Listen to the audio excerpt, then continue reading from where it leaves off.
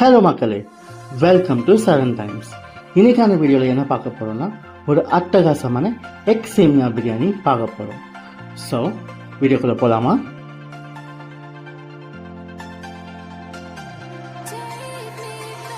First எண்ணெயை add பண்ணிக்கலாம்.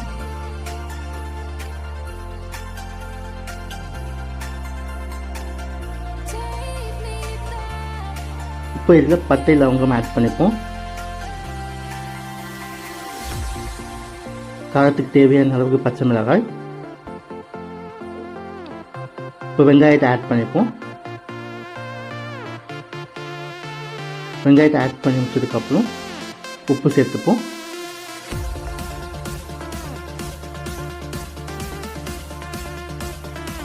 இப்போ இஞ்சி பூண்டு பேஸ்ட்,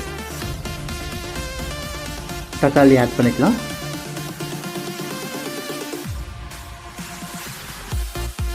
இப்போ மஞ்சள் தூள், மிளகாய் தூள்,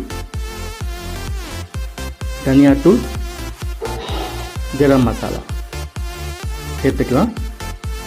இப்போ லைட்டாக தண்ணி சேர்த்துக்கலாம். இப்போ முட்டையை உடச்சி ஊற்ற போகிறோம்.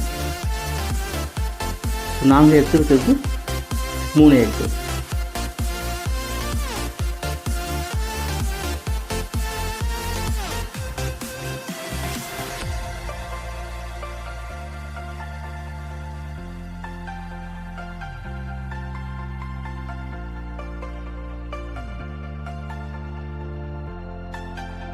எக்கு சேர்த்ததுக்கப்புறம் அதை டிஸ்டர்ப் பண்ணாமல் ஒரு 2 மினிட்ஸ் அப்படியே விட்டுருங்க. இப்போ இந்த மாதிரி வந்ததுக்கப்புறம் அதை லைட்டாக திருப்பி விட்டுக்கலாம். இப்போ தண்ணி ஆட் பண்ண போகிறோம். நாங்கள் எடுத்து இருக்கிறது 180 கிராம்ஸ் அனில் சேமியா 2 பேக்கெட்டு. அதுக்கு இந்த செம்பு நிறைய தண்ணி ஊற்றிக்க போகிறோம்.